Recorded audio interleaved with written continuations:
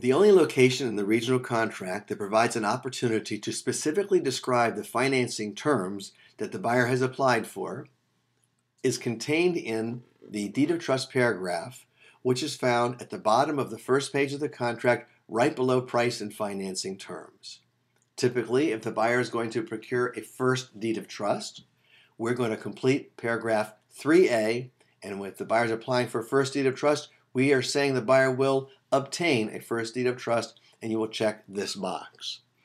The next essential provision is what type of financing is the buyer applying for? Is the buyer applying for conventional financing, FHA financing, or VA financing? Again, you need to check off the appropriate box.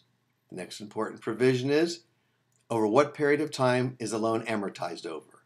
Is it a 15-year loan? Is it a 30-year loan? Remember, 15-year loans have larger payments. 30-year loans have smaller payments. Also essential is it a fixed rate loan or is it an adjustable rate loan? All of these boxes must be completed. The most significant and most important and most critical box is this one, which has to do with the interest rate. If you look closely, this says bearing interest rate of blank % per year or market rate available. Market rate available is a pretty open term.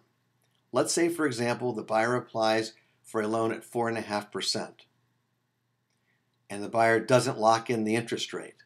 And then between contract and settlement, the rate goes to 5.5%.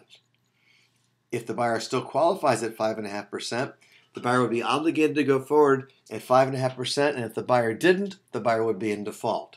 Worse yet, if the buyer applied at 4.5%, didn't lock in, and the rate went to 5.5%, and the buyer didn't qualify, the buyer would be in default.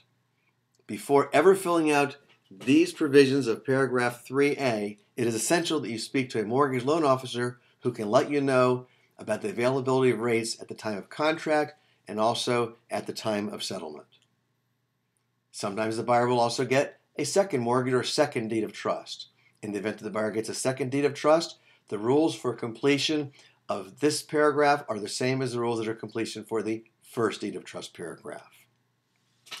Sometimes, but rarely in today's marketplace, a buyer takes over the seller's existing loan. That is called assumption. Since it happens so rarely in today's marketplace, this will not be part of our examination of this paragraph.